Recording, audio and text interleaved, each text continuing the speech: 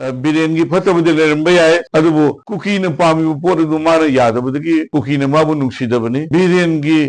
सरकार अदु बिरेन की ममाई अदुदा अखोई इचलिसे अखोई युम बिरेन की ने खल्लग मई थाबने सी बिरेन सी फतबसु मणिपुर कन्नडब होनरिबा पोरमनिना अखोई मणिपुर कन्नडब होनबदा अखोई अदोमदा अखोई संसद मिनसे अदुगा अमना होजिक लेबा खोगी लेबा लुजिंग लवयाद लेबा खोगी विलेज वॉलंटरी फोर्स अदुगा आरामबाई टेंगोल लेबा पुनमक्सी मखोइना थोनिंगना तौनिंगना तौबो नत्ते हाइबा हौनरुबा लेतना कराइदगिनो इमालेबा कन्ननबनी हाइबा इमालेबा कन्ननबगी वखलदुदा मैत्रे बाक्सी कन्ननबगी वखलदुदा मोय अरे इरेबा साबोय चादबोय अहि नुथिन खंगना तौरिबसी लेबा सरकारसिना याम मिनुंगसिगा लोइनना मोय फाबा पुनबा अदो एफआईआर लॉज तौगा कस्टडी निमिट मरी मगानी थंबा तारानी थंबा दिस एंड दैट अदो कुकीदना इतौ तौदबा को अखोइगी कांग्रेस ना अखोइगी लेरिबा गवर्नमेंट सिदा मरुइना तोवान तोवान मा चार्ज तौरगा गवर्नमेंट सिना लेरिबा अखोइगी थर्मे दगी ngasiबौदा थोइबसे कांग्रेस की अखोइगी लेरिबा अखोइगी अचुमबबु ओरो अरानबबु ओरो मदु अरानबा लोइना मदोमदा पुथोगा अखोइगी बीजेपी से लेरिबा गवर्नमेंट से थुगायना होनबा अदुगा लेरिबा लान से अदुमगी पोतुना सुम पाक्थोक चाउथोखरगा अखोइ से तंगदु लेतादबगी पोत अमा लाकवा अदु आइगी एरिया दुदा कांग्रेस सु मदु मथबक तोपिरो अदुगा बीजेपी नसु ममांगदा कांग्रेस न तौरमबने न हारगा मदुगी पोतुदा सरकार न मोहिना पाइबा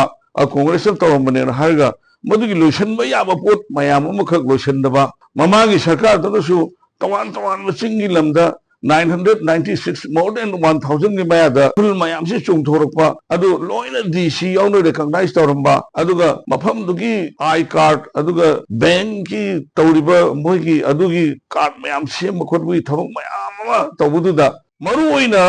अखोइगी चुरचानपुर अदुगा नगी अखोइगी मिजोराम स्वाई एरिया सिदा अखोइगी म्यांमारिस मयाम सिंसे संगसिलकपसे मखोइना यामना इंटेलिजेंट स्क्रीनिंग तौना यंबिरमदबदगी अखोइ ngasi थेंगनरिबनेबा अदु लेरिबा सरकार सिना हुजिक अखोइगी तौरिबसी सेंगना हागदे शांति लाक्त्रबदी अखोइ पुनमक डेवलपमेंट्स अदुगा लेरिबा